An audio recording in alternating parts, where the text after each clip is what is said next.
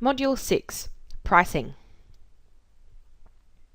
Alright, the first part of pricing that we're going to look at are the appliances. So, first things first, we better hop into the pricing screen. And then, what we haven't looked at before is how to simplify this pricing screen so it's broken down into smaller components. That's what this drop-down menu is all about. So here, just to give you a quick overview, very quick, if you click on Alaskan Gloss Color, it'll bring up all the items in your kitchen that has that generic finish.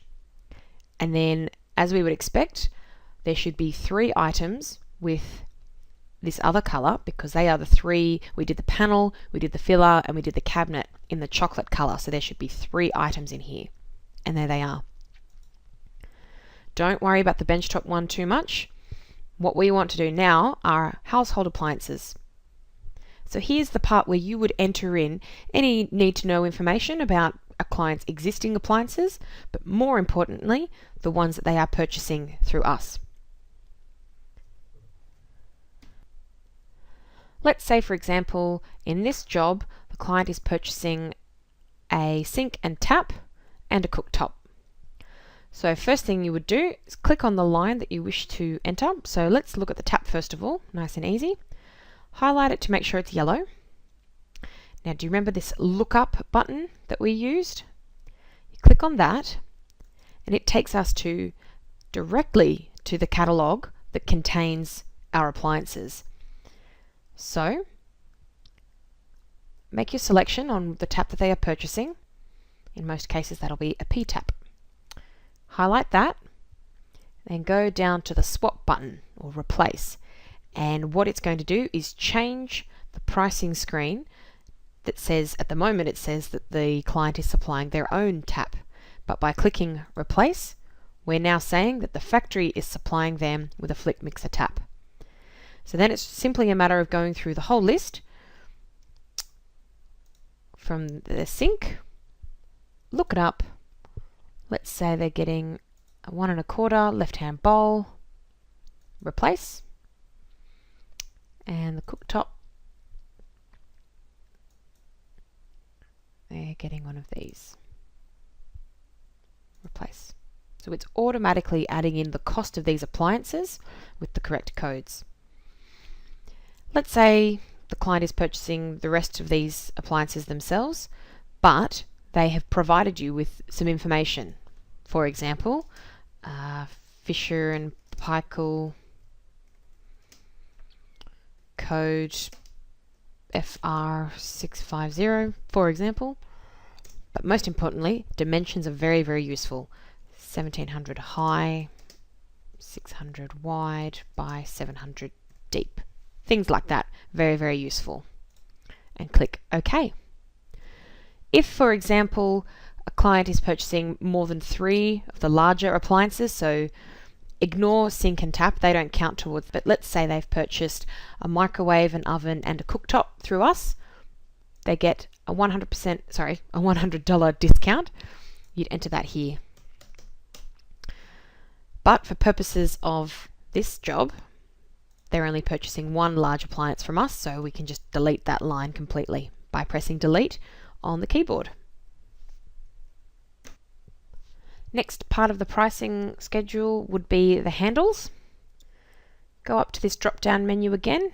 Handles are found under Accessories, or under the Accessories tab. Here we go. It's currently saying that there are 999 handles to be advised.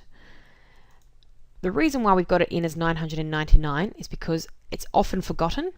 So at the moment it's charging about $110,000 for handles. That's so that when if you got to the end and you forgot handles, you would know straight away that something was wrong. It's a reminder.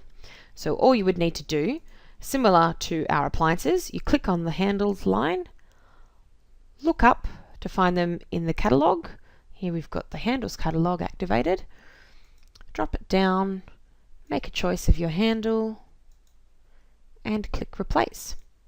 It's then going to ask you how many handles you require, but I need to go back and count. So I'm just going to cancel out of that for now. Go up to the top view and we can have a count. Let's see how many you get.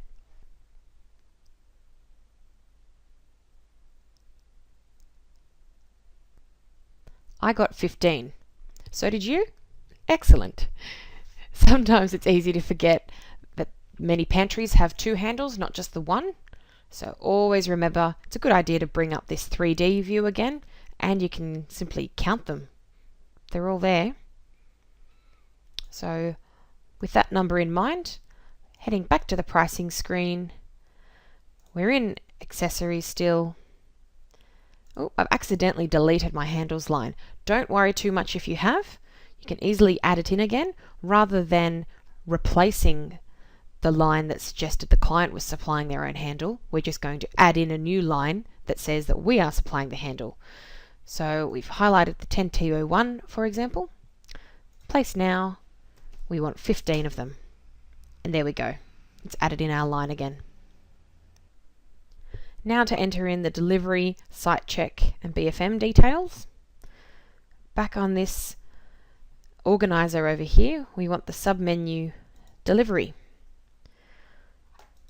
Do you remember way back at the beginning I wrote information here just to demonstrate how the descriptions worked? We can just delete that now. Okay. So once again, you're going to have to manually count how many cabinets. Let's just say off the top of my head, let's go with 10. Just simple as that. Just enter in the number right there under quantity. And same thing for appliances. In this case, they're only purchasing a cooktop off us that requires a delivery charge. The sink and tap we don't charge for, so delivery per appliance would be 1. You'll also see in here there's an admin charge. Don't touch that one. Have to leave that in there. And there's an automatic BFM amount of 880 in there as well. Sometimes if you've got a job that has a separate laundry or separate rooms for whatever reason, you might need to add in an additional admin fee. So again, highlight the line by clicking on it. Go to the lookup button. And there's another one here for admin extra room. So we place that in as well. So say it's just 1 extra room, click 1, OK, and there's an extra $165. I think that's a site check fee. Don't forget that one. It's quite important. Now looking at finance charges. Finance charges is a bit quite funny. It's still kept under the delivery category. So if you highlight delivery, look it up again just to make sure you're in the correct catalog here. Then click on this subcategory, go down to finance charge. Now there's 2 parts to this. You've got to add in the finance provided. Doesn't really matter if you don't know what that is at this stage, so cancel out of that. The key one is the finance charge.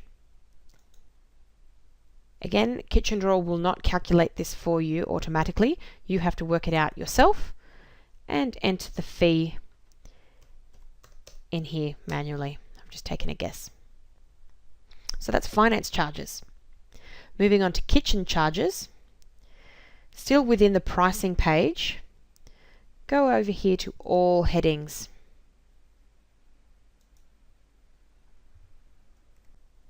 All headings allows you to see all the items in the job, everything that's got a price, even things that don't have a price. This is all listed here. So from there you can narrow it down into the smaller categories. Alright, getting pretty close now to finding out the final cost of the kitchen. But firstly we've got to enter in the discounts. So, still in the pricing screen, move up to the drop down menu. Recapitulation is the one you're after. Click on that. And this gives a very short breakdown of the job. See this discount column? That's the one we're after just now. Apply your discount to the applicable rows. So joinery elements and accessories as well. Don't apply the discount to appliances or delivery, just joinery and accessories. Once you've done that, click on this button down here. That $24,085, that's the cost price of the kitchen, but we've applied a discount to that, so the net total is $17,054. That's the total of the kitchen, including the discount. So that's the end of Module 6. Head back to the training exercises, starting Exercise 1, Module 6, and working through the rest.